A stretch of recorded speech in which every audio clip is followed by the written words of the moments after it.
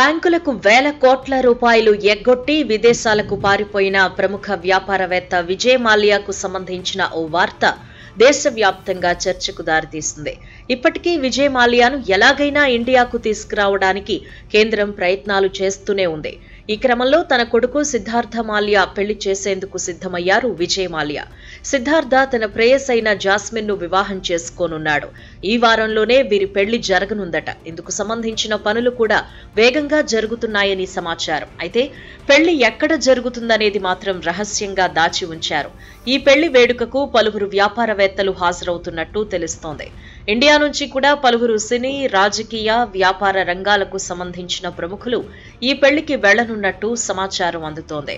విజయ్ మాల్యా పారిశ్రామికవేత్త విఠల్ మాల్యా కుమారుడు.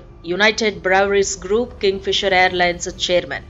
ప్రముఖ బీర్ బ్రాండ్ అయిన కింగ్ ఫిషర్ తో భారతదేశంలో ఎంతో పేరు తెచ్చుకున్నారు. Hotels, automobiles, formula 1 team, Force India, Indian Premier League cricket team, Royal Challengers Bengaluru లాంటి వాటితో చాలా లగ్జరీగా జీవితం గడిపారు. స్వదేశంలో వివిధ బ్యాంకుల్లో దాదాపు 9,000 కోట్ల రుణాలు పొంది వాటిని తీర్చకుండా 2016లో దేశం విడిచి పారిపోయారు. లండన్ వెళ్లిపోయి అక్కడ తలదాచుకుంటున్నాడు. ఎప్పటికప్పుడు మాయమాటలు చెబుతూ కాలం వెళ్లదీస్తున్నాడు. ప్రస్తుతం లండన్లో ఉన్న ఆయనను తిరిగి రప్పించడానికి భారత ప్రభుత్వం ఇప్పటికీ ప్రయత్నిస్తోంది. ఈ క్రమంలో తన కొడుకు పెళ్లి వార్త బయటకు రావడంతో విజయ్ మాల్యా మళ్లీ వార్తల్లోకెక్కాడు. అయితే ఇలా భారతదేశంలో వివిధ ఆర్థిక నేరాలకు పాల్పడింది విజయ్ మాల్యా ఒక్కరే కాదు. దాదాపు 33 మంది ఆర్థిక నేరగాళ్లు విదేశాల్లో తలదాచుకుంటున్నారు.